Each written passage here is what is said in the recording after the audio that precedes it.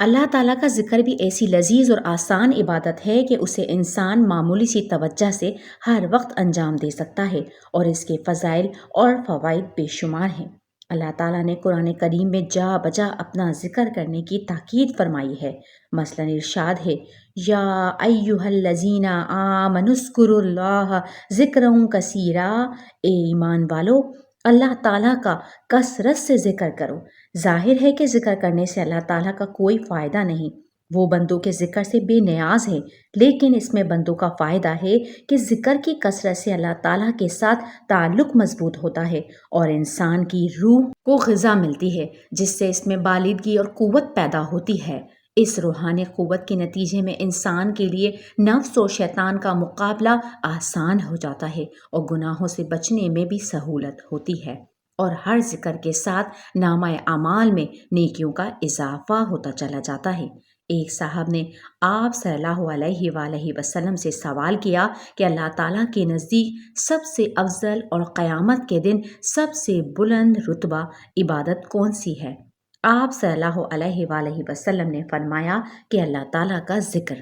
ایک صحابی نے ایک مرتبہ حضرت صلی اللہ علیہ وآلہ وسلم سے عرض کیا کہ یا رسول اللہ، نیکیوں کی قسمیں تو بہت ہیں اور میں ان سب کو انجام دینے کی استطاعت نہیں رکھتا، لہٰذا مجھے ایسی چیز بتا دیجئے جسے میں گرہ سے باندھ لوں، اور زیادہ باتیں نہ بتائیے گا کیونکہ میں بھول جاؤں گا۔ حضرت صلی اللہ علیہ وآلہ وسلم نے اس کے جواب میں فرمایا، تمہاری زبان اللہ تعالیٰ کے ذکر سے تر رہا کرے۔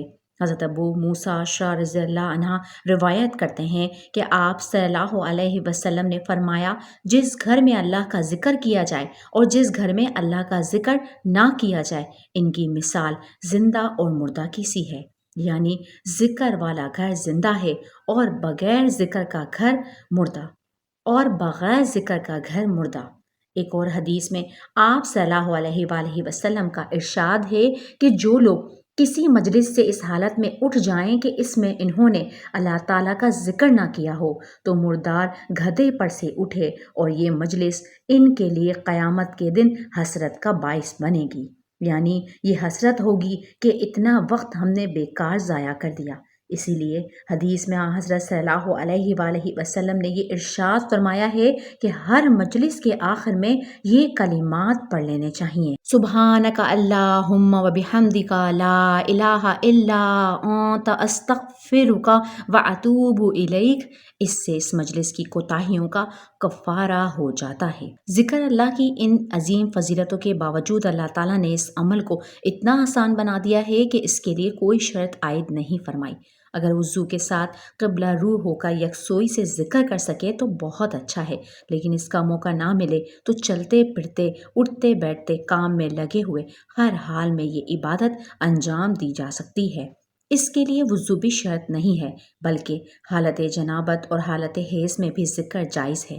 صرف برہنگی کی حالت میں یا نجاست کے مقامات پر مثلاً بیت الخلاء میں زبان سے ذکر نہیں کرنا چاہیے، لہٰذا اس عظیم عبادت کا ثواب انسان ہر وقت بغیر کسی خاص محنت و مشقت کے حاصل کر سکتا ہے، اور مناسب یہ ہے کہ دن رات میں کچھ وقت تو ایسا مقرر کر لیا جائے جس میں باقاعدہ باوضو اور قبلہ رخ ہو کر یکسوئی سے ذکر کیا جائے، اور باقی اوقات میں چلتے پھرتے کاموں کے درمیان لیٹتے بیٹھتے جتنے ذکر کی توفیق ہو جائے نعمت ہی نعمت ہے۔ خاص اذکار کے لیے مندرجہ ذیل کتابوں کا مطالعہ بہت مفید ہے۔ نمبر 1، فضائل ذکر، شیخ الحدیث مولانا محمد زکریا صاحب۔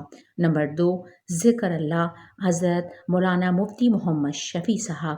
اور نمبر 3، معمولات یومیہ، سیدی و سندی حضرت ڈاکٹر عبدالحی صاحب۔ چند مختصر اذکار مندرجہ ذیل ہیں، چلتے پھرتے ان کی عادت ڈال لی جائے۔ نمبر 1، حدیث میں آپ صلی اللہ علیہ وآلہ وسلم کا ارشاد ہے کہ اللہ تعالیٰ کے نزدیک 4 کلمے سب سے زیادہ محبوب ہیں، سبحان اللہ والحمد للہ ولا الہ الا اللہ واللہ اکبر۔ نمبر 2، حدیث میں ہے کہ 2 کلمے رحمان کو بہت محبوب ہیں، وہ زبان پر ہلکے ہیں مگر میزان عمل میں بہت وزنی ہیں۔